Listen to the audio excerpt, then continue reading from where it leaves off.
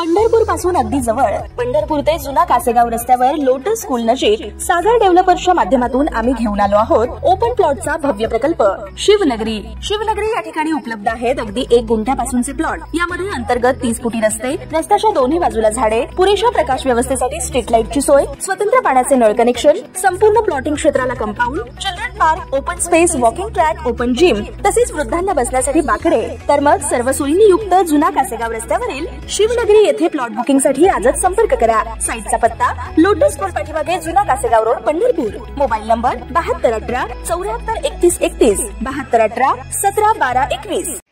ताज्या घडामोडी पाहण्यासाठी आमच्या YouTube चॅनलवरील PVR म्हणजेच पंढरी वार्ता या न्यूजला सबस्क्राइब करा आणि शेजारील बेल आयकॉनवर क्लिक करा। आषाढी यात्रा समीप आलेली आहे। पंढरपुरात लाखो भाविक दाखल होणार आहेत आणि या यात्रेसाठी आलेल्या भाविकांना प्रत्येक सुविधा उपलब्ध झाली पाहिजे। भाविकांना इथे आल्यानंतर कुठलाही त्रास नाही झाला पाहिजे।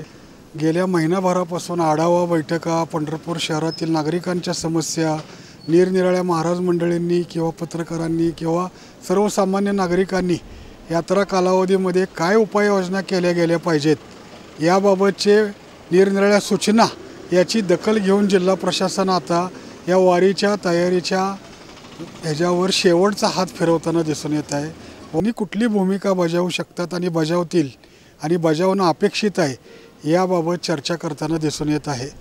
पंढरपुरातील व्यापारी वर्गाशी देखील प्रशासन संपर्क साधत असून पंढरपूर कृषी उत्पन्न बाजार समितीतील वीर ट्रेडिंग कंपनी ह्याचं एक वैशिष्ट्य म्हणजे या ट्रेडिंग कंपनीने मागील काही महिन्यांपूर्वीच पंढरपूर योजना पुढे आणली होती की ज्यातून अगदी सर्वसामान्य ग्राहकांना अतिशय कमी दरामध्ये पाहिजे त्या प्रमाणामध्ये या उपलब्ध करून दिल्या जाणार आहेत। या ठिकाणी ज्या दराने मालाचा पुरवठा होतो त्याची चर्चा व्यापारी वर्गाबरोबरच ग्राहकांमध्ये देखील मोठ्या प्रमाणात होताना दिसून आली आणि नुकतंच पंढरपूर कृषी उत्पन्न बाजार समितीतील व्यापारी व्यावसायिकांशी देखील जिल्हा प्रशासनाचे अधिकारी, स्थानिक प्रशासनाचे अधिकारी यांनी संपर्क साधून चर्चा करून भाविकांना कशा प्रकारे सेवा देता येईल, कशा प्रकारे सुविधा उपलब्ध करता येतील, यांच्या माध्यमातून त्याला कसा हातभार लागू शकतो याची एक चर्चा केल्याचं दिसून आलेलं आहे।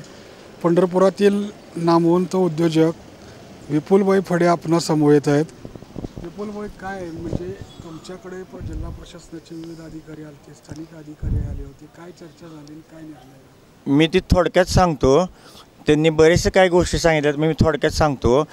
व्यापारी बंधूंनी मालाचा भरपूर स्टॉक करून ठेवायचा आहे, मालाचं शॉर्टेज झालं नाही पाहिजे आहे आणि कमीत कमी रेटमध्ये माल उपलब्ध करून द्यायचा आहे आणि यासाठी काही कुठल्या गोष्टीची सरकारची जरूर लागली तर ती सरकार आपल्याला द्यायला तयार आहे। त्या गोष्टीतून सर्व माल स्वच्छ असावा, सर्व माल चांगला असावा, जेणेकरून वारकऱ्यांनी नेले की तो लगेचच त्यांना वापरता यावा। थोडक्यात तांदूळ असेल तर तो लगेच शिजवायचा असेल तर त्यात जाळ्या आळ्या वगैरे काय नसाव्या, रव्यामध्ये जाळ्या आळ्या वगैरे नसाव्या। त्यानंतर शक्यतो बगर 1 नंबरचीच ठेवा किंवा वारकरी बंधूंना सांगा की बगर वापरूच नका, त्याऐवजी साबुदाणा किंवा अन्य वस्तूंचा वापर करा, कारण बगरीमध्ये दरवर्षी विषबाधा होण्याची शक्यता असते।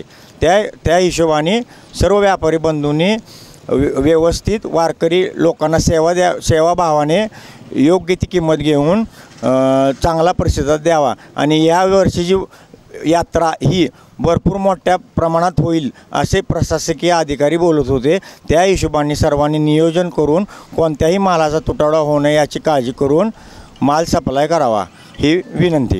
यात्रा कालावधीमध्ये बऱ्याच वेळेला असे प्रकार घडताना दिसून येतात की भाविकांना जो मालाचा पुरवठा केला जातो त्याचे दर कृत्रिमरित्या वाढवले जातात, अशी एक चर्चा होत आलेली होती। कृत्रिमरित्या वाढवायचं काय जरूरच नाही। व्यापाऱ्यांना नफाही थोडका मिळाला तर चालतो, पण काही गोष्टीत काय होतं, अर्जंट माल लागायचा असलं तर मोटार भाडं वाढलं जातं। मग ती मोटार भाडं वाढलं की मग त्याचा मालाच्या किमतीवर फरक पडतो। त्यानंतर लोकल वाहतूकवाले, छकडेवाले जे आहेत ते पूर्वीपेक्षा जास्त भाडं वगैरे मागायचा प्रयत्न करतात की आम्हाला एवढाच काळा मिळवायचा तर आम्हाला एवढं द्या, आणि कसं असते लहान व्यापाऱ्यांना माल भरायची गडबड असते, त्यामुळं त्यांना नाईलाज असतो, त्यांना भाडं वाढवून द्यावंच लागतं, त्याचा परिणाम किमतीवर होऊ शकतो. यात्रा कालावधीमध्ये शहरात जड वाहनांना माल वाहतुकीच्या वाहनांना प्रवेश नाकारले जातात. शहरामध्ये मुख्य बाजारपेठेच्या परिसरासह इतर भागामध्ये जे व्यापारी आहेत ते वारीच्या विक्रीसाठी मोठ्या प्रमाणात माल मागवत असतात, तर त्यांच्या काही अडचणी तुम्ही प्रशासनासमोर मांडल्या का? हो, मांडलेले आहेत आणि आमचं पोलीस स्टेशनला मीटिंग पण झालेली आहे. त्यांनी आम्हाला तारीख दिलेली आहे, त्या तारखेपर्यंत त्यांनी मोठी वाहनं सोडायचं आम्हाला परवानगी दिलेली आहे, त्यामुळे कुठलीही अडचण येणार नाही.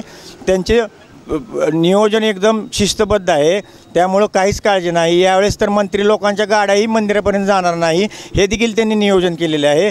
यावेळेसचे नियोजन सर्वात एक नंबरचं नियोजन आहे. धन्यवाद.